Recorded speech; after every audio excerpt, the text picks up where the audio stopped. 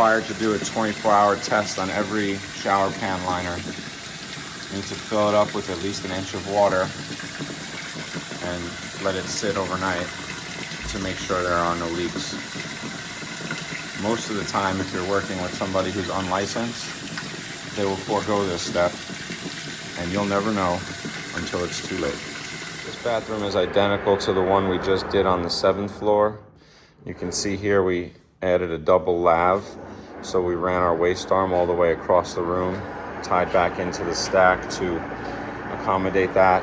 Had to add a vent line for it because of the distance.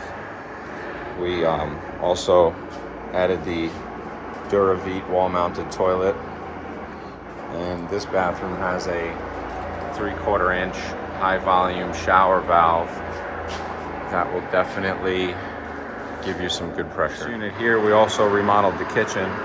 This is going to be our new laundry area. We had to cut into the 6-inch stack to add our 3-inch washer drain.